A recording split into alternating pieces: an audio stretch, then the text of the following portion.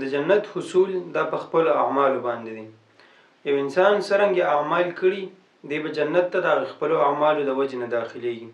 که د اعمال ښه وي خو جنت ته به لاړ شي، که اعمال د خراب وي جهنم ته به ځي.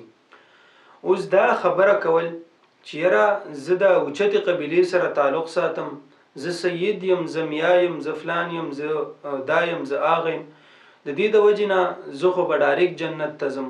اگر چې زه زما عقیده ولې خرابه ني، اگر چې زه ګناهونه ولې نه کوم، خو جنت خو زما دپاره خاص دی او جنت خو زما دپاره جوړ دی، زه به جنت ته ځم.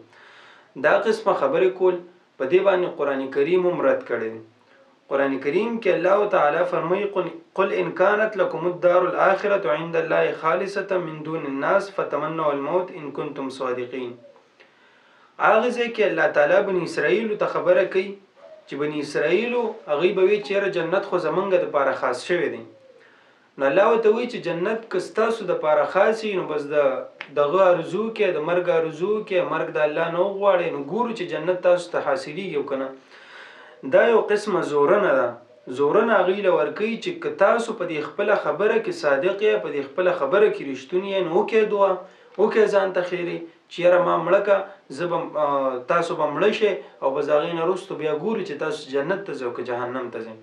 د دې د وجې نه دا قسمه خبرې کول چې یاره زمونږ مشران خو ډېر نیک عمل او د هغې د وجې نه به مونږ جنت ته ځو. نو هغه خبره صحیح ده چې شفاعت به کېږي، شفاعت به انبیا کوي، شفاعت به شهیدان کوي، شفاعت به علما کوي. هغوی چې هلته شفاعت کوي نو د هغې دپاره هم د الله اجازت پکار دی چې الله ولې اجازت وکړي، د هغې نه وروسته به هغوی شفاعت کوي. اوس چې انسان ډېر ګناهګاره دی، ډېر زیات ګناهګاره دی، که د الله خوښه شو د هغه دپاره د شفاعت اجازت وکړه، د هغې نه وروسته به شفاعت کېږي.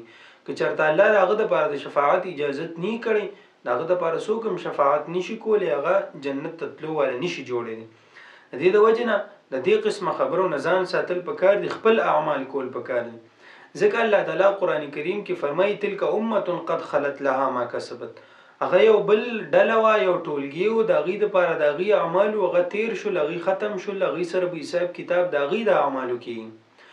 تاسو سره چې حساب کتاب کېږي نو ستاسو نه به د هغې په باره کې تپوس نه کېږي، تاسو نه به ستاسو په باره کې تپوس کېږي، د هغې نه به ستاسو په باره کې تپوس نه کېږي، د هغې نه به د هغې په باره کې تپوس کېږي. د دې د وجې نه خپل اعمالو ته کتل پکار دي، خپل اعمال داسې جوړول پکار دي چې د هغې د وجې نه مونږ جنت ته تلو والا جوړ شو. په بل باندې ټیک لګول دا هسې انسان دپاره د هغه د جهالت نشاني ده، د انسان هغه کوتاه دی، د عقل کوتاه دی، په ده کې د سر نه عقل موجود